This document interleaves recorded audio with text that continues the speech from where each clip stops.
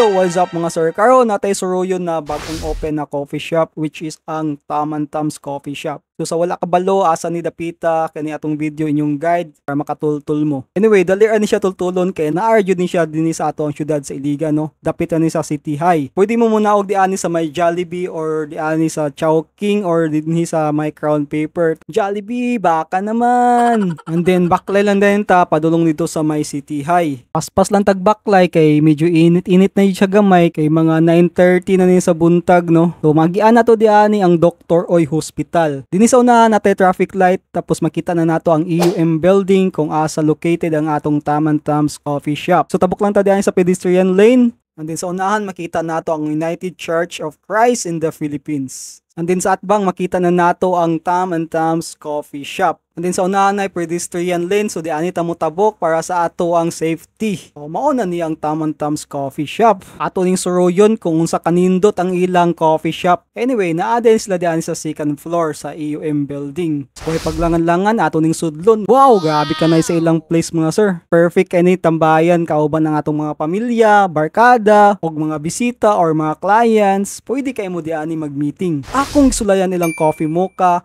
while nag-check ko sa akong emails and nag-chat-chat sa akong mga clients sa gusto magpa-promote sa ilang business and events. So kung namoy mga events and business na gusto nyong i-vlog or i-promote nato, i-PM lang ko ninyo kay suruyon ta mo. So kung nangita mo nindot nga bag-ong nga lugar na inyong tambayan, mag-chill-chill mo sa inyong mga friends and family, visit na mo din sa Tam & Tams Coffee Shop. And i-try ninyo ang ilang mga food and drinks. And kita-kits po sa ating next vlog. Bye-bye and God bless.